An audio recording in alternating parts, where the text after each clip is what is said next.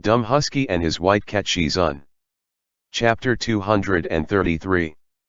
Mount Jiao. If this venerable one wants to change the title, then it will be changed. Wayward. In an instant, the black-clothed cultivators swooped down from the clouds on their swords. Like gulls pecking at food, they attacked the heavily injured people below. Mo Ran finally realized what was going on. As the Emperor, Taxian Jun in his previous life, he could tell these people were obviously controlled by the Zhenlong chess formation. These chess pieces were exquisite, perfect, and powerful. They were completely different from the half-baked chess pieces made by Su Xuanglin. They were definitely no match for these people. Mo Ran turned around in horror and yelled at the people who had never experienced the true power of the Zhenlong chess pieces yet, "Run!" He grabbed Chu Wanning's wrist tightly and pulled up Jiangxi, who was kneeling on the ground. He pushed the people along the way as his pupils contracted rapidly. "Run! Get out of here! Get out of the soul-summoning platform! Don't stay! Don't fight! You can't win this!" He didn't need to repeat himself. When the first chess piece landed on the ground and waved his sword, everyone was shocked by his terrifying power. They all rushed toward the tunnel. The cowardly Villa Master Ma was running at the front. He was the first to reach the stone door of the tunnel and stopped. The people behind him stopped one after another, stacked on top of each other and bumped into each other. Someone roared, "What's wrong? Why did you stop?" Villa Master Ma's voice was filled with fear as he sobbed. He came from the front of the dark tunnel. It's closed." "What's closed?" "When Hua Binan escaped, he closed the stone door," Villa Master Ma said. His legs gave way, and he knelt on the ground in despair. His face was full of tears and his body was shaking. "This is the stone door of the Mount Xiao. Once it's closed, without the blood of the Nangong family, it's impossible to open it." Someone said anxiously, "Although Nangong Si is gone, there's still Nangong Lu. Isn't his father, who was made into a Zhenlong chess piece, still on the mountain? Where is he?" "He's in the front hall. I thought he was useless, so I didn't bring him here." Despair filled the entire tunnel and the dark auras seemed to have seeped into their bones. "What should we do? Should we go back and fight?" There were still people outside who didn't know what was going on and were trying to squeeze in. There were even more people who couldn't squeeze in. They could only brace themselves and stand behind the exit, fighting with the mysterious chess pieces that came out of the crack in the sky. In the darkness, Huang Xiaoyu suddenly shouted, "Let me pass. I can open this door." He squeezed through the crowd with all his might. Like a fish swimming aggressively, he charged all the way to the front of the stone door. Villa Master Ma raised his teary face and asked blankly, "Cultivator Huang, move aside, let me do it." "But your surname is Huang, not Nangong."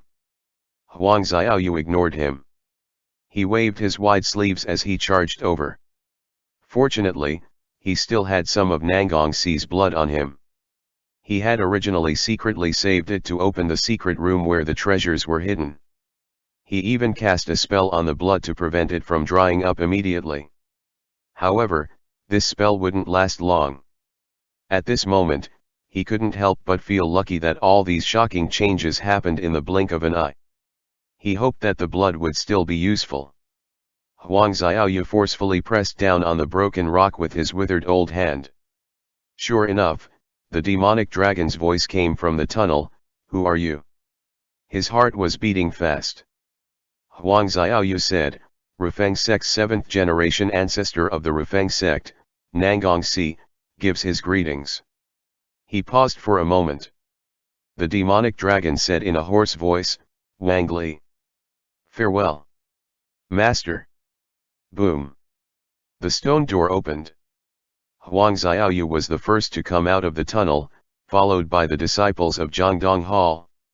Villa Master Ma quickly got up and raised his hand in panic, "Wait for me. I'm coming out, I'm coming out, I'm coming out." But a sword was pointed at his chest. Villa Master Ma's face froze, and he looked up in shock.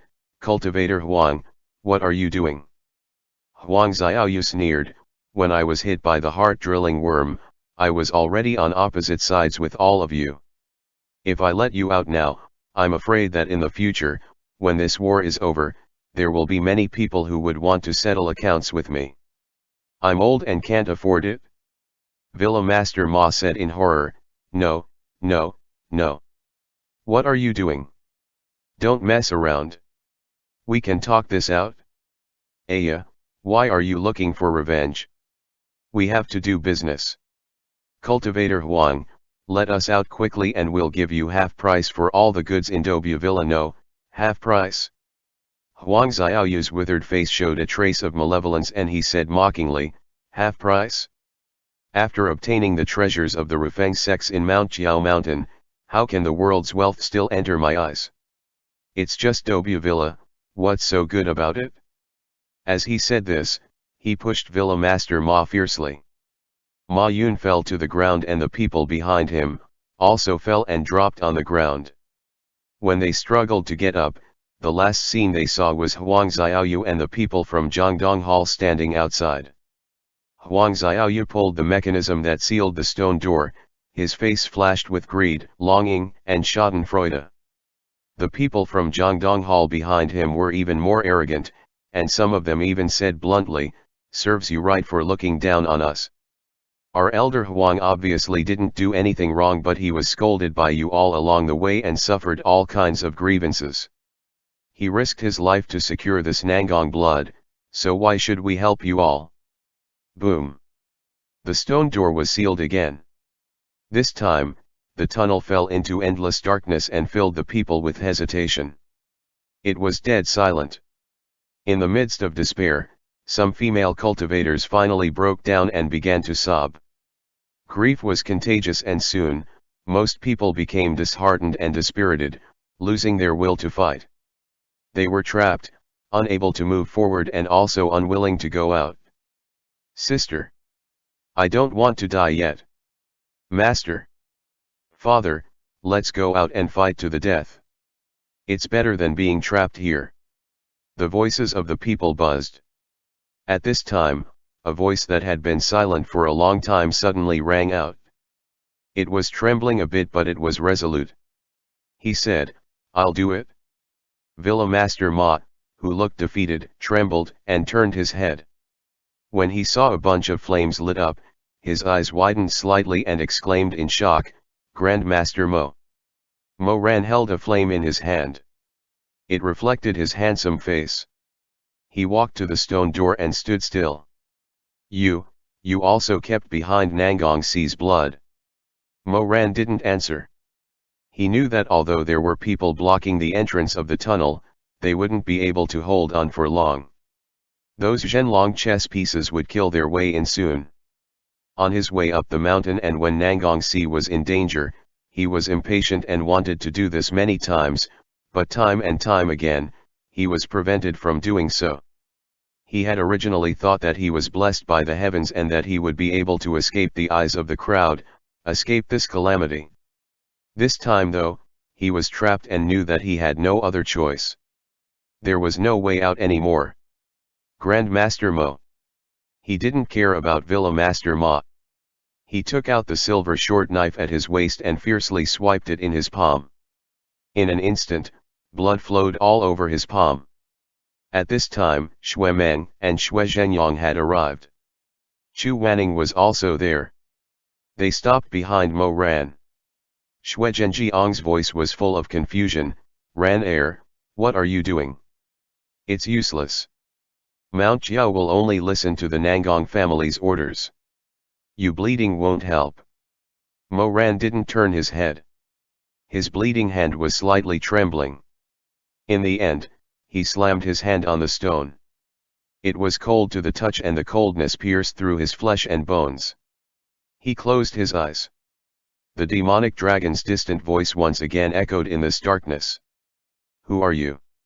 His throat moved. Under the gazes of the crowd, Mo Ran slowly answered in a low voice amidst the oppressive silence. Rufeng sect. Seventh generation ancestor of the Rufeng sect. Xuemeng's expression suddenly changed. He staggered back a step and kept shaking his head. What? Xue Zhenjiang's expression was even worse than his. He stared at Mo Ran's tall and straight black back and muttered, "How is this possible?" Every word was like a sharp knife. Even though he knew that blood would flow out of his body, he had no other choice. He softly finished the last half of the sentence, "Mo Ran. Mo Weiyu, pay his respects." Xuemeng's voice was hoarse. He shouted with bloodshot eyes, "Impossible." However, the door was opened in the end. Wang Li's ethereal voice was like a sharp bayonet that pierced his eardrums and heart. "Wang Li. Farewell. Master." Ran air. Xue Zhenyang was completely stunned. He couldn't say a word. Chu Wanning was also confused. He caught Xue Zhenyang in time and raised his head to look ahead. The stone door rumbled. 1 inch, 2 inches, it sank into the ground again. The orange flames of the dragon soul pool outside surged into the darkness. Mo Ran stood against the light. The light polished his back until it was blurry and almost illusory. "Mo Ran. Mo Ran. How did you open it? What do you mean by the 7th generation ancestor of the Rufeng sect? How is this possible? How is this possible?" Xuemeng seemed to be panicking and going crazy. "How are you related to the Nangong family? You're clearly. Mo Ran paused. "In the end," he said in a low voice in the swaying light, "everyone, let's leave first." "Mo Ran." He shouted himself hoarse. For a moment, Mo Ran tilted his head, as if he wanted to turn around and say something. But in the end, he didn't say anything. He didn't stop and didn't hesitate. He walked forward. The light moved with his tall figure. He finally disappeared at the end of the tunnel. Behind him, the people of the other sects scrambled to escape. When they first arrived, they came aggressively and couldn't be stopped. But on their way out, they were like fish that escaped the net. Mo Ran walked alone in this surging torrent. He fled like a carp crossing a river. He didn't turn around. He didn't dare to. He saw Ye Wangzi in the Dragon Soul Pool Hall. He walked over and carried her, who hadn't woken up yet, and left with her. In fact, the person who could jumped into the Dragon Soul Pool and sacrificed his life couldn't have been only Nangongsi. It could have also been him. Although at that time, Mo Ran didn't know that this would ensure the safety of Mount Xiao, he wasn't that confident enough. What if he was sure? Would he really die in place of Nangongsi? He had lived for 2 lifetimes. He was full of sins, but he would still struggle at death's door. However, Nangongsi was only 20 years old. He hadn't even walked half of his life before turning into dust. Nothing was left of him anymore. Rationally, he knew that Nangongsi was more worthy of staying in this world than him. But the will to live is ingrained in every person. Suddenly, he heard someone screaming behind him, those monsters are chasing us." "How is that possible?" Mo Ran turned around. The broken stone door fell again when the last group of people came out of the tunnel. Those chess pieces couldn't have opened the door, unless... His face paled. Unless, among those chess pieces, there was someone with the blood of the Nangong family. While thinking, he recalled the mysterious black fissure in the sky he saw earlier. He suddenly thought of the forbidden technique, the door of life and death, time and space. Mo Ran only felt a strong chill spread from the solace of his feet to his whole body. Could it be that the person who came out was? No, impossible. Absolutely impossible. It was too absurd. Even in his previous life, no one could do this. Who could do it? Just at this time, Mei Hangxiu retreated to his side. Mo Ran handed Ye Wangzi to him. His eyes flashed with a frantic light as he hurriedly ran in the opposite direction of the crowd. Mo ran air. In the torrent, Xue Meng and Xue Zhenyang saw him. They both shouted at him, but Mo Ran didn't care. He really didn't know how to face these two people. Paper couldn't wrap fire. 2 lifetimes, and things were still the same. Suddenly, his arm was grabbed. Mo Ran turned his head. Shizun.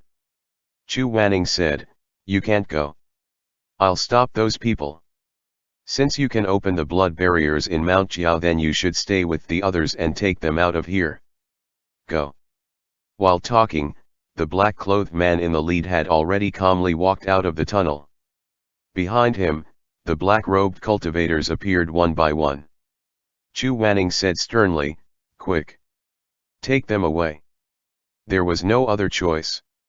No matter how uncertain and unsettled Mo Ran was, he could only retreat with everyone. Xue Meng refused to leave and was forcefully dragged forward by Xue Zhenyang. In the end, only Chu Wanning was left in the Dragon Soul Pool Hall where those mysterious cultivators were gathering. The Dragon Soul Pool's lava was boiling and the orange-yellow light illuminated the cold stone wall. Chu Wanning stood alone, spiritual powers were flowing through Tianwen, reflecting his pair of eyes that were as bright as a knife. He looked at the mysterious black-clothed man in the lead. That man, on the other hand, was also looking at him faintly through the heavy cover. The man stood quietly. Someone behind him couldn't hold back his temper and wanted to be the vanguard. He shouted, "You dare to block the path of so many people by yourself? How arrogant! Come, let me see what you're capable of." But before he could move more than 3 steps, the black-clothed man suddenly raised his hand and grabbed him. That person exclaimed, "Your Majesty." The black-clothed man ignored him and didn't even turn his head. He was still staring at Chu Wanning's face, but the veins on his hand were bulging. With a crisp crack, the vanguard's neck was twisted and broken by him, and then he casually threw him on the ground. Chu Wanning's expression changed slightly. This man would even kill his own people? Who do you think you are to be worthy of being taught a lesson by Grand Master Chu? The man casually walked toward Chu Wanning slowly. Behind him, no one dared to move again. Chu Wanning brandished Tianwen and said sternly, "Who exactly are you?" When the man heard this, his footsteps stopped.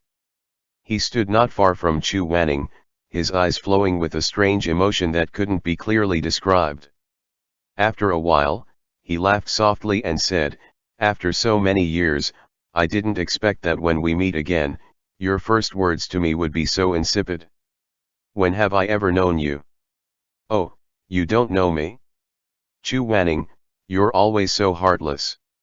The man moved forward again. This time, he didn't stop.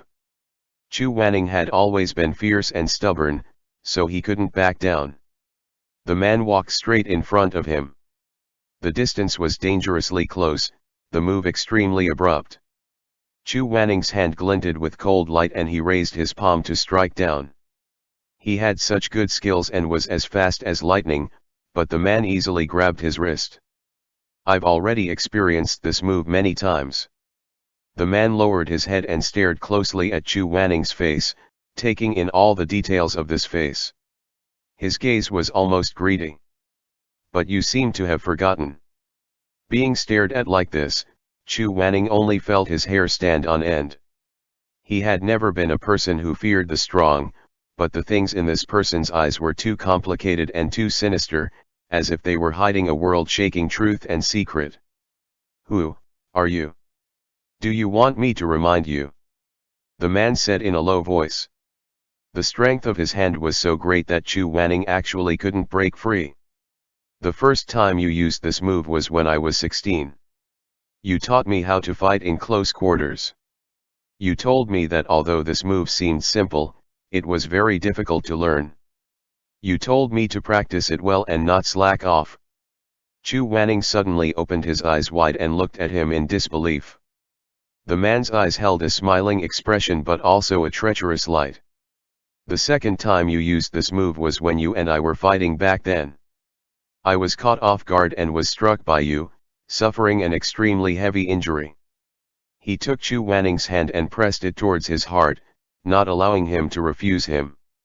Chu Wanning suddenly realized that this man actually didn't have any heartbeat. Like a corpse. Who are you? Don't be impatient. The man dipped every word between his lips and teeth, and then sweetly fed it to his ear. This time, he was even closer, almost touching Chu Wanning's face. He said in his ear, "The third time you used this move was on my bed. I wanted to do you, but you said it was enough and wouldn't agree." He was very calm, but the strength in his hand was immense. He tightly gripped Chu Wanning's wrist and forced his hand to slide down his chest. It seemed that he actually wanted to bring his hand down to his crotch. As if he was stung by a poisonous scorpion, Chu Wanning's expression suddenly changed, as he fiercely wanted to fight with his life. However, the man seemed to be familiar with all of his movements and attacks. He easily deflected his every move. Then, he actually hugged his entire body in his arms, and murmured intimately and lustfully, "What do you say, Chu Wanning? This venerable one originally came to kill you, to destroy you. But I didn't expect that after so many years, you've changed, and I've also changed. But when I see you, when I smell your scent, I still get hard very quickly. You let go of me." Chu Wanning didn't expect that things would turn out like this. His face turned white, then red, then white again. He looked like he was going to faint from anger, but no matter what, he couldn't break free from that person's grip. He was like an inescapable net, like a spider's web, entangling him, holding him. Under everyone's gaze, Chu Wanning was held tightly in the man's embrace forcibly, domineeringly, maliciously and ferociously.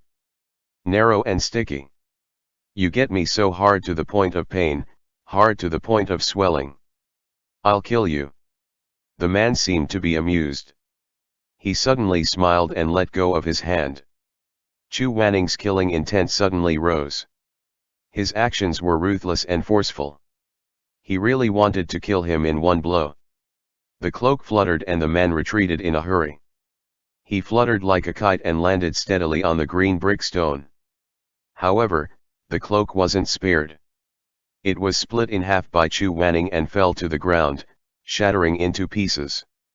The man didn't raise his head. His face was hidden in the shadow of the hood.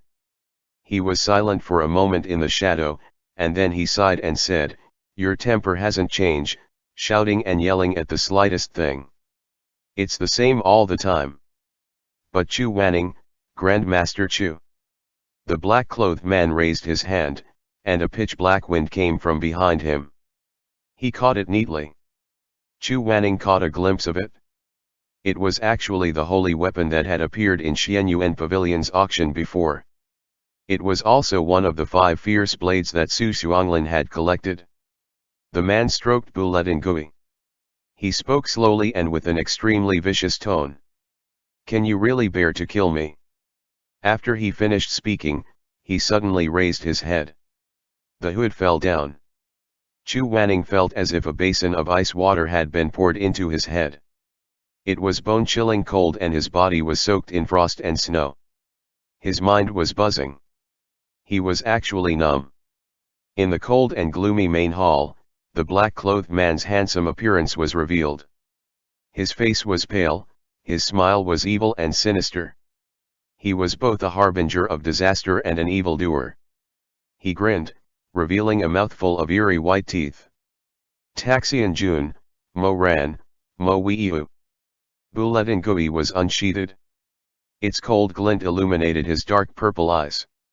Taxian Jun's smile was like a malicious spirit, like a beast. "Shizun, please show me your skills." End chapter. Dumb Husky and his white cat Shizun. Chapter 234. Mount Qiao, the Emperor's Return. At the same time, at the foot of Mount Qiao, except for Zhang Donghall's group, all the other cultivators had successfully escaped. The moment they stepped out of the barrier, many exhaustedly fell to the ground, although they knew they were not out of danger yet. Villa Master Ma Yun rolled his eyes as he lay on a large rock and wailed, I can't. I can't. I can't take it anymore. My friends, let's go back home and just be more vigilant. I really don't have the energy to do this anymore. Jiang Shi said, we haven't found out who came out of the rift and what is that mysterious array. How can we go back now? What can we do? If we had the energy to fight against them, we wouldn't have to run away like this. Master Xianjing also said, Sect Leader Zhang, it's better to listen to Villa Master Ma this time. Instead of stubbornly resisting here and ending up in a heroic but pitiful state, it's better to go back and regroup, then make preparations. Jiang Shi pursed his lips and didn't speak. He looked at the people from Shisheng Peak. However, Xue Zhenyang and Xue Meng's expressions were very patient. They looked at the main path of Mount Jiao until a person came out of the rolling dust. Mo Ran. Xue Meng murmured. Mo Ran was the last to come out of the barrier of Mount Jiao. He frowned and glanced at the crowd, saying, it's the Zhenlong chess formation and the array maybe has something to do with another forbidden technique, the door to space and time, life and death. If so, who knows what kind of person will come out of it. You should all leave quickly. Don't wait for death here. Life is more important. He paused and said to Jiang Shi, Sect Leader Jiang, please take everyone to Linling Island. It's protected by the Black Tortoise Barrier and can resist Hua Binan for a while. Also, your sect is a medicine sect. You should be able to cure the people who were infected with the heart-drilling worm. Jiang Shi asked, what about you? Shizun is still on the mountain. I'll go back to help him after you leave. After I settle everything here, I'll meet you at your section. Jiang Shi didn't speak for a long time. In the end, he folded his arms and bowed to Mo Ran, saying, farewell. The group of people who were injured, tired, and disabled got up. They were ready to leave this dangerous place with Jiang Shi. Mo Ran suddenly called him. Sect Leader Jiang. Grand Master Mo, is there anything else? Mo Ran said, Miss Yet. I know. I won't let anyone hurt her again. Mo Ran was relieved. Jiang Shi and the others had already walked some distance, but the people of Shisheng Peak had not moved an inch. Xue Zhenyang hesitated for a long time, then stepped forward and frowned, Ran what's going on? Mo Ran looked at his uncle, then his cousin, and his heart ached. He forced a smile and said, it's a long story, but I will tell you everything later. Uncle, please take Xue Meng and leave this place first. Xue Meng didn't want to wait that long. His heart was burning. No, he said, how can you be a member of the Rufeng sect? You grew up on Shisheng Peak. You. He said you repeatedly for a long time. In the end, with red eyes, he squeezed out, you're my older brother, right? Mo Ran stared at him. Xue Meng was trembling.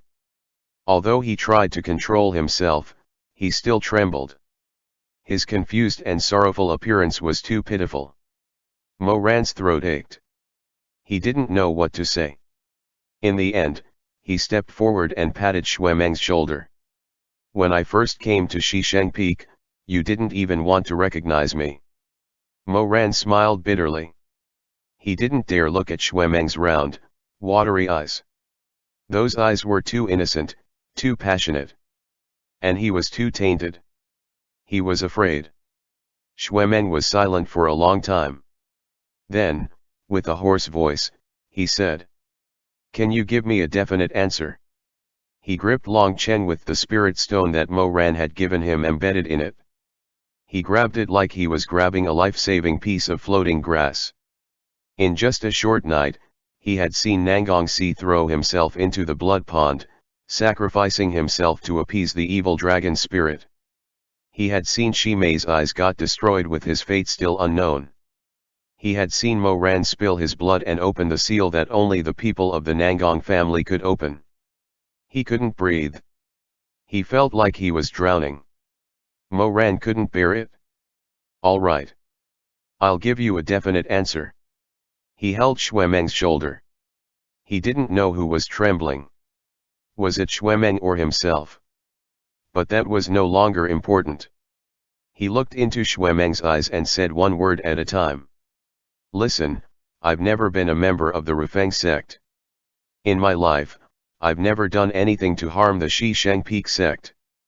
If possible, I'm willing to serve the sect for the rest of my life. Xuemeng's lips moved as if he wanted to say something. But before he could say anything, tears began to roll down his cheeks. He bit his lower lip with all his might. After a while, he collapsed. Shi Mei said that I never understood him. Actually, I never understood you either. I was too headstrong in the past. I never thought about you at all. I didn't understand anything. I just messed around, but. He paused for a moment as tears streamed down his face. But I really do care about you both. I won't scold you anymore. I won't bully Shi Mei anymore.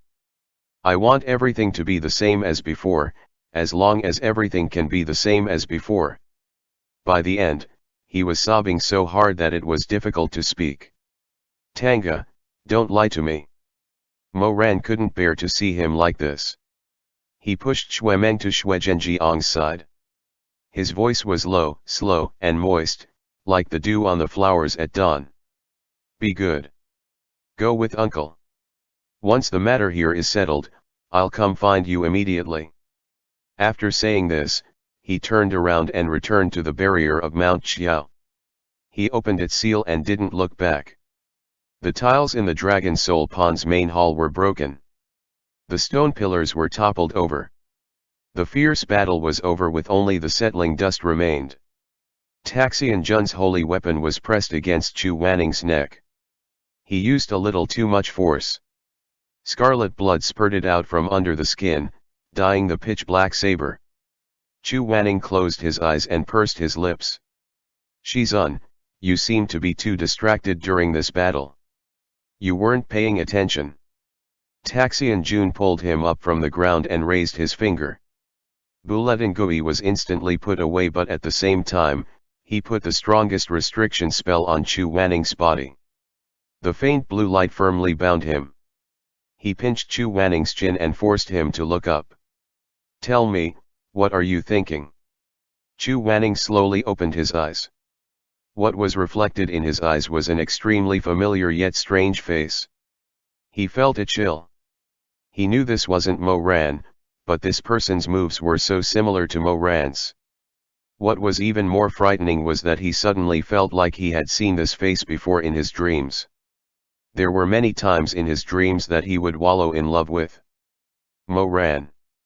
He always seemed to have a slightly pale and thin face with an evil aura lurking within his handsomeness. In his pitch-black pupils, no warmth could be seen, only viciousness and madness. Actually, even if you didn't say anything, I would have still known. He spoke slowly. Shizun must be thinking, who am I, what nonsense am I talking about, and where did I come from? His fingertips intimately caressed Chu Wanning's cheek. There's no rush though. These things. I can tell you slowly. By the way. His eyes moved down and fell on Chu Wanning's left hand. Don't think about summoning Zhiga and Huaxia. I have long been on guard. I won't repeat the mistakes of the past. Hearing him mention the names of his other two holy weapons, Chu Wanning's expression became more and more distorted. Although his phoenix eyes were gloomy, there was also confusion in them. Taxian Jun was probably amused by his stubborn and confused expression. He actually chuckled softly. He touched Chu Wanning's face. What's wrong? Are you surprised that I know about Zhiga and Huaxia? But it's no wonder. Before I came, I had already received the news. I have a good understanding of this mortal world. I know that the me in this time and space has not stepped on mountains of corpses and seas of blood, forcing you to draw your weapons against him. Of course, he has never seen those two holy weapons. This mortal world's. You. Taxi and June smiled but did not answer. Chu Wanning suddenly had a very horrifying feeling. He felt that this Mo Ran looked at him as if he was looking at a corpse, a dream. His eyes were too wild, too mad, and too lustful. Those emotions were so deep that it could drive any normal person crazy. The gate of time and space, life and death. He slowly said, "This forbidden technique, Shizun must know very well. In another cultivation world, Shizun, you have been dead for many years." He looked at Chu Wanning's face that was getting paler and paler. He watched as the last bit of blood disappeared under his skin. Taxi and June gazed at him with his eyes shining brightly. Suddenly it was like a sharp sword was unsheathed, like a dragon breaking through the water. This person's always calm emotions seemed to be stretched to the extreme. He suddenly pulled Chu Wanning up, and gradually became crazy. Yes.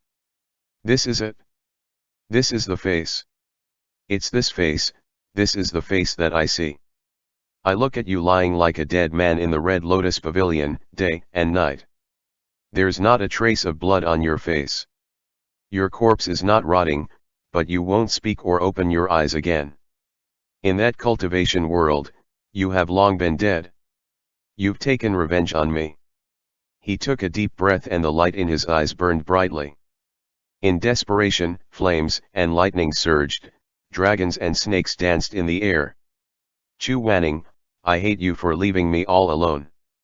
As he said this, he raised his hands and hugged him, pulling him into his arms.